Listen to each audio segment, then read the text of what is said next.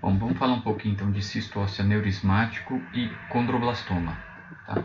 Então, o cistócio aneurismático ele é uma lesão agressiva, não considerada uma neoplasia verdadeira.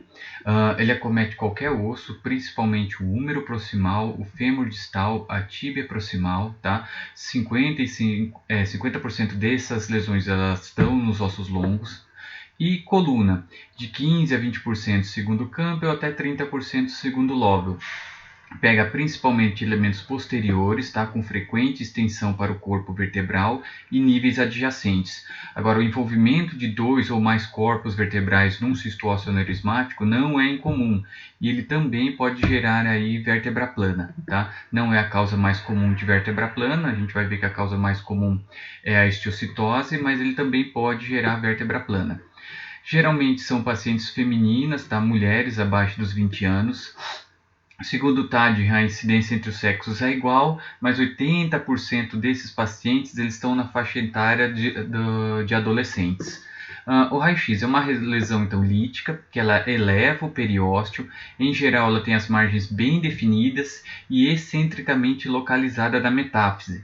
Tá? O TAD já coloca então a característica um pouco melhor, que ela é uma lesão expansiva na metáfise, principalmente de ossos longos, né? Como eu falei, 80% dos casos, com extensão da metáfise além da epífise. O que é isso?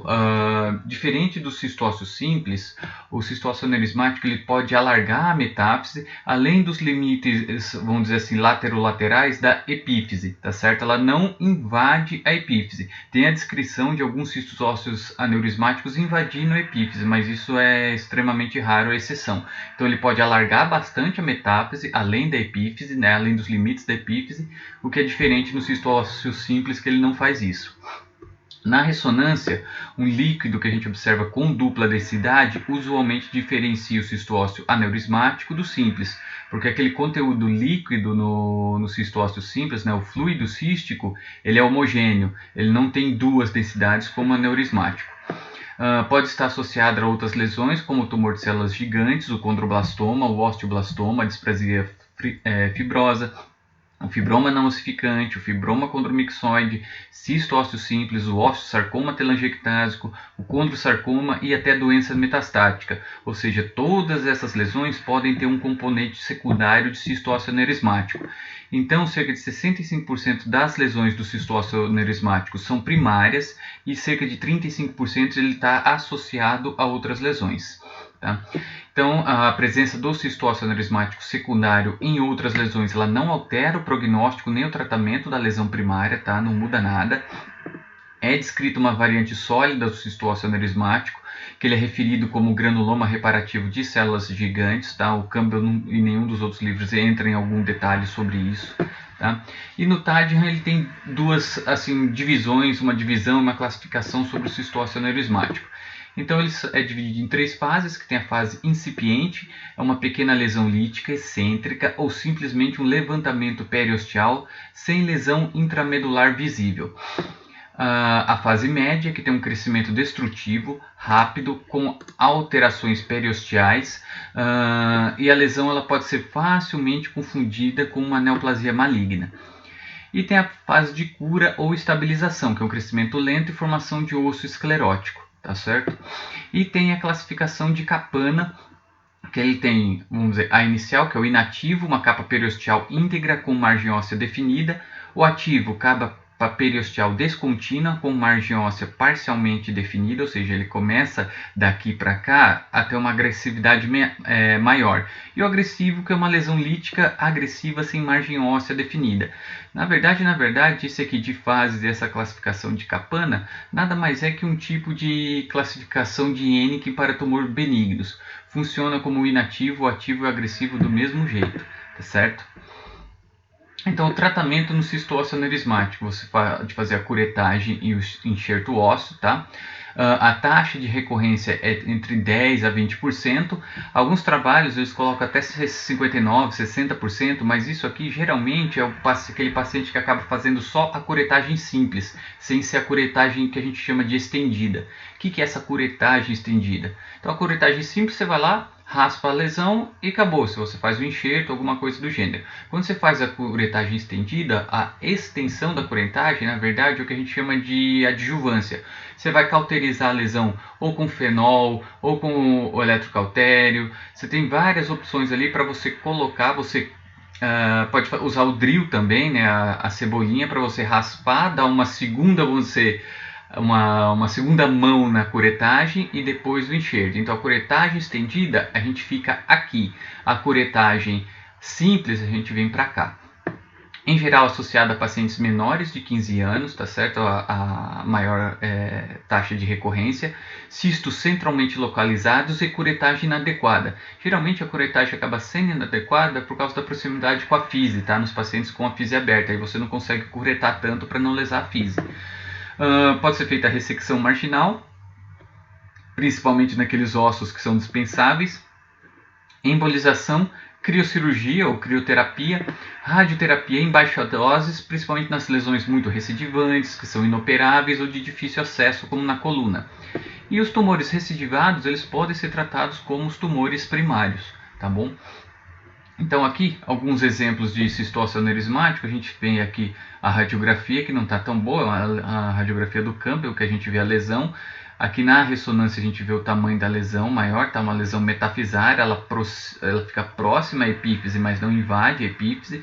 A gente vê aqui o tamanho da lesão, a destruição óssea, e aqui ele fez uma curetagem, uma enxertia e vê como ele acaba evoluindo bem.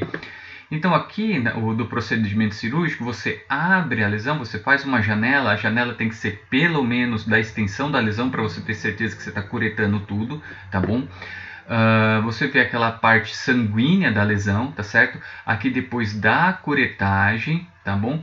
Aqui ele provavelmente, ó, ele tem um drillzinho aqui, ele está fazendo a parte estendida da curetagem com o drill e depois aqui com o eletrocautério. Então ele fez duas vezes aqui a parte adjuvante da curetagem.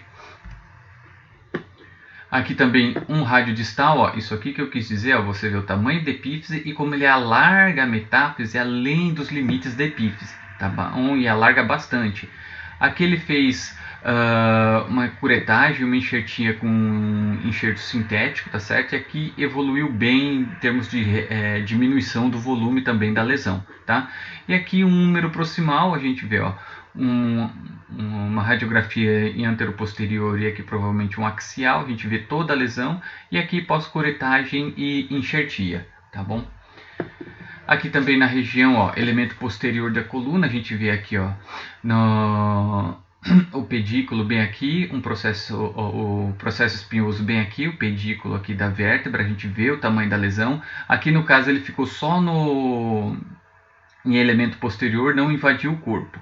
Aqui também, aqui provavelmente é pós algum tipo de terapia. Eu não lembro o que estava de opções ali escrito no Campbell, mas provavelmente ele pode ter feito uma embolização aqui, tá certo?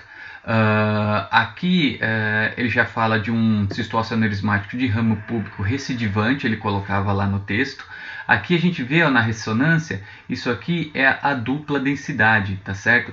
Isso aqui dá para ver observar até na tomografia, mas hoje em dia, como as tomografias são muito rápidas, antigamente era mais fácil. Isso aqui não dá tempo de decantar. Na ressonância, como a ressonância demora um pouquinho mais, você observa isso.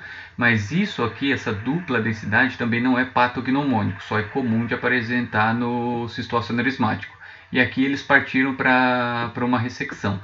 E aqui, como você pode ver, que algumas vezes engana bastante, esse aqui também é um cistose aneurismático, uma lesão bem distal no fêmur, você vê como ela é agressiva, tem uma extensão para partes moles. Isso daqui é muito sugestivo de um osteosarcoma, mas era um cisto ósseo aneurismático. Outro cistose aneurismático, numa região da falange proximal do hálux, a gente vê aqui na ressonância, a gente vê a extensão da lesão, tá certo? Outro rádio distal, ó, a radiografia aqui com a lesão, a expansão aqui da metáfise. Na tomografia, olha como a gente vê a lesão aqui bem grande, um pedacinho aqui da ulna comparado. Na tomografia também, ó, aqui a gente não viu nenhuma dupla densidade, aqui provavelmente não deu para observar. E aqui a mesma coisa, curetagem, enxertia com enxerto sintético, a boa resolução aí da lesão. Bom, agora vamos para o condroblastoma, então. Também é chamado de tumor de Codman. É uma lesão cartilaginosa benigna. São pacientes masculinos, 2:1 de incidência e mais ou menos entre 20 e 25 anos de idade. É mais comum no fêmur distal, húmero proximal, tá? Segundo Lovell, o húmero proximal é o mais comum, 20%, e tíbia proximal. Ele pode acometer também as apófises dos ossos longos, tá? Principalmente a apófise trocantérica. E, obviamente, ele é uma lesão que acomete as epífises de ossos longos. Na radiografia, ela é uma lesão lítica, cêntrica na epífise. O Tadjan diz que geralmente é excêntrica, tá? Mas que também pode se estender para a metáfise. E acomete menos de 50% da epífise. Tá? De 30% a 50% apresentam calcificações no interior da lesão, que é a chamada tela de galinheiro, e são melhor vistas na tomografia.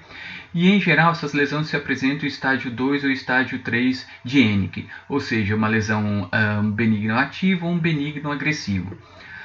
Tem associação com cistócio anerismático, como eu falei lá atrás, em até 20% dos casos. O tratamento, curetagem e enxerto ósseo, tá certo? A recorrência de 10 a 20%, né? Essas taxas geralmente lembrar que ela tem a parte da curetagem estendida.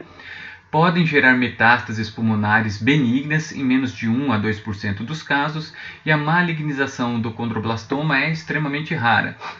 Alguns dizem que ele nem sequer, vamos dizer assim, ele maligniza. Na verdade, uma lesão que parecia um condroblastoma, ele já era um osteosarcoma de baixo grau, mas isso daí é vamos dizer assim, um comentário à parte. Não tem nada descrito disso na literatura aqui para o TEOT.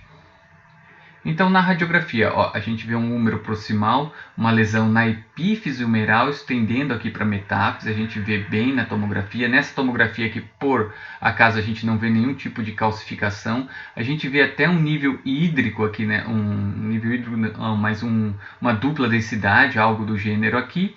E aqui após curetagem e enxertia. Você vê que acabou evoluindo mal aqui a epífise, mas a lesão em si está resolvida. Aqui também, ó, na epífise da cabeça humeral, a gente vê na radiografia aqui uma lesão, tá certo? Até bem delimitada, tem um halo de esclerose. Na tomografia a gente vê as calcificações e aqui após curetagem e enxertia. Aqui, ó, na região, ó, da apófise trocantérica, ó, também um fêmur, a gente vê a lesão, a gente vê que ela é bem delimitada. Aqui na ressonância, olha o edema todo que ela causa, tá? Que é uma lesão agressiva. E aqui após curetagem e enxertia também. Aqui a gente vê uma, ó, na epífise da cabeça femoral. Ó, que lugar bom para a gente mexer aqui e operar. Certinho aqui a lesão, um alinho de esclerose. A gente vê aqui, ó, não tem nem tanto edema, não está tão inflamado como essa lesão aqui.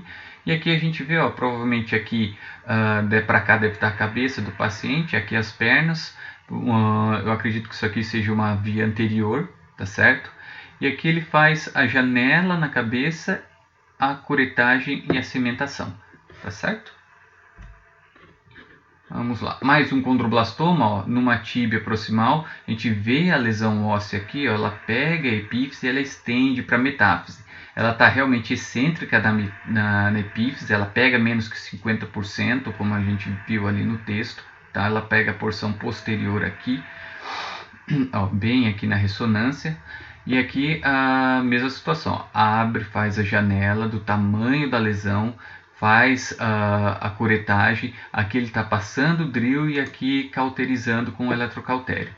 E aqui também é um fêmur distal, você vê o tamanho da lesão, ela aqui é bem mais centrada, a gente viu aquela cabeça femoral anterior lá, que ela é bem centrada a lesão, e aqui outra na cabeça femoral, na tomografia aqui a gente vê as calcificações no centro da lesão.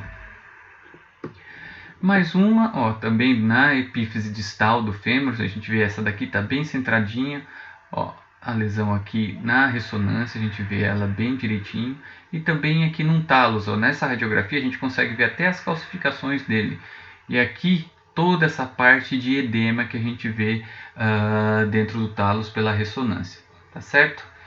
Então sobre esses dois paramos por aqui.